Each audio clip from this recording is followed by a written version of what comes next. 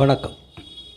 சேனலை சப்ஸ்கிரைப் செய்து தினந்தோறும் நாம் சொல்லும் ஜோதிட விஷயங்களையும் ரகசியங்களையும் அறிந்து பயன்பெறுங்கள். இன்று இரவு சந்திர கிரகணம். சந்திர கிரகணம் பற்றி பார்ப்போம். பௌர்ணமி அன்றுதான் சந்திர கிரகணம் வரும். சூரியனுடைய ஒளி சந்திரன் மீது படாமல் பூமி தடுக்கிறது.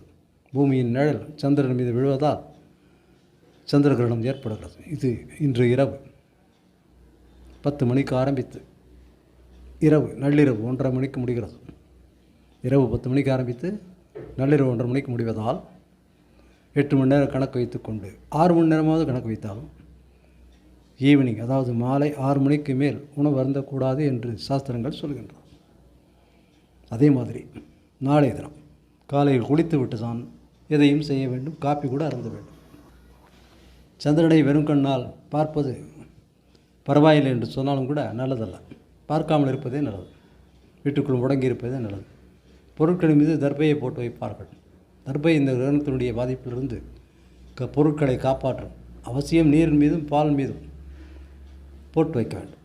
சாலிடு பரவாயில்லை. லிக்விட் கிரகங்கள் மீது சந்திரனுடைய ஒளி நிச்சயமாக கிரகிக்கும். சரி, இருக்கட்டும்.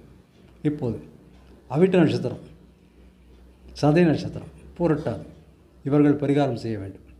நாளை காலை விநாயகர் கோயிலில் அர்ச்சனை செய்யலாம். அதேபோல் சதயம், திருவாதிரை, சுவாதி 3 நட்சத்திரக்காரர்களும் நாளை காலை விநாயகர் கோயிலில் சென்று ஒரு அர்ச்சனை செய்யலாம். விநாயகர் கோயில் ஏனென்றால் விநாயகருக்கு தான் கேதுவுக்கு உண்டான அதிபதி. கேதுவால் தான் சந்திர கிரகணம் ஏற்படுகிறது. எனவே கேதுவுக்கு அர்ச்சனை செய்வதற்கு பதிலாக விநாயகருக்கே செய்யலாம். சாப்பிடாமல் இருந்தால் வயிற்றுக்கு நல்லது. மற்றபடி எந்த பெரிய ஆபத்தும் இல்லை.